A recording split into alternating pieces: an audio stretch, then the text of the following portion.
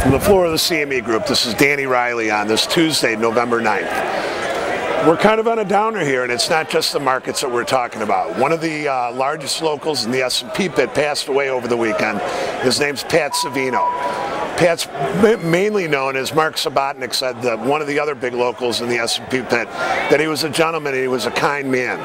That even when he was losing money, if he bought 300 big S&Ps and the market went against him, he still kind of maintained a smile on his face throughout the day. He was a great trader and somebody that a lot of people looked up to down here. And we also want to say something additionally. Top-notch Tim had been friends with the Savino family for a long time. And this is going to be a big loss for everybody, both in the S&Ps and Tim, because Tim has really spent his life around the Savinos, working with their numbers and kind of helping them understand some of the formulas that he uses to trade throughout the day. Now back to the regular markets. We're really in a tight range here. From 19.5 to from 12.19.5 to 12.24.5 is our trading range, and we just made a new high by 30 cents. That's a new high on the year. But the markets are really quiet here, and there seems to be a really big slowdown going on, and we're not really exactly sure why. Part of this could be that the market's up so high and people don't know what to do, and the other part could be that the sellers themselves are exhausted. As the market continues higher, these sellers continue to sell and they continue to get stopped out on the way out. One of the big things that our desk is talking about today is that going into the end of the year, the rest of the portfolio managers out there that are not fully vested cannot leave any money on the table at the end of the year. In other words, they're going to have to show their investors that all their money was put to the work.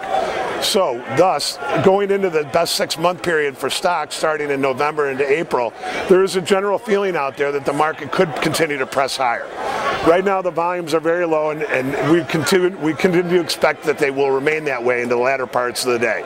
Brian Shepard just came over and said 4 handles above or 4 handles below the day's trading range, you'll find resistance or support. Hi, George Cavaligos from the floor of the CME Group. And the whole place is active and on fire today. The inflationary aspects of what the Fed is doing are really hitting the markets hard today. If you look out this way, Eurodollar options pit, the short end of the Treasury curve, all the way out to the bonds and the 10-year pits that are way back against the wall behind us, all the way to the other trading room where the grains are up very strongly today, the meats are up, everything's up. The gold and silver are making new highs today in almost a parabolic move.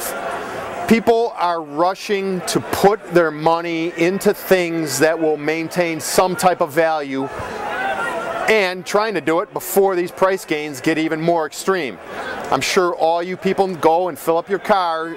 Here in Chicago, gas prices have gone from $2.90 to $3.10 in a matter of 2 weeks. And I think there's more gains on all these commodities coming, as today is Tuesday. We get the 10-year auction today. Tomorrow is the big day. Wednesday we get the 30-year auction, and we also get the QE2 bond buyback schedule tomorrow afternoon at 1 o'clock Chicago time. People are being very preemptive here. We're seeing pretty good buying of all these commodities, and it's impacting the inflationary aspects of the yield curve.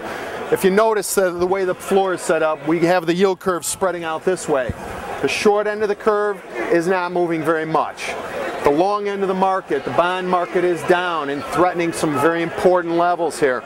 If you check the chat, we've been posting these recent lows in the bonds at 129.20 to 22.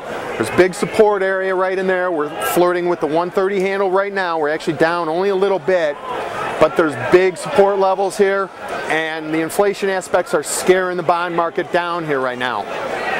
Now we got to see how these 10-year and 30-year auctions are going to go. These are very important. The Fed isn't really focusing their buybacks in the 10 and 30-year area. That is only a small percentage of what they announced that they would buy back.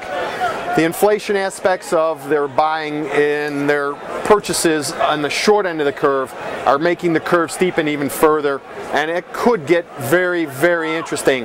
We got to see how this 10-year auction goes, so keep an eye on that at noon Chicago time to see what kind of demand we're going to see for this auction.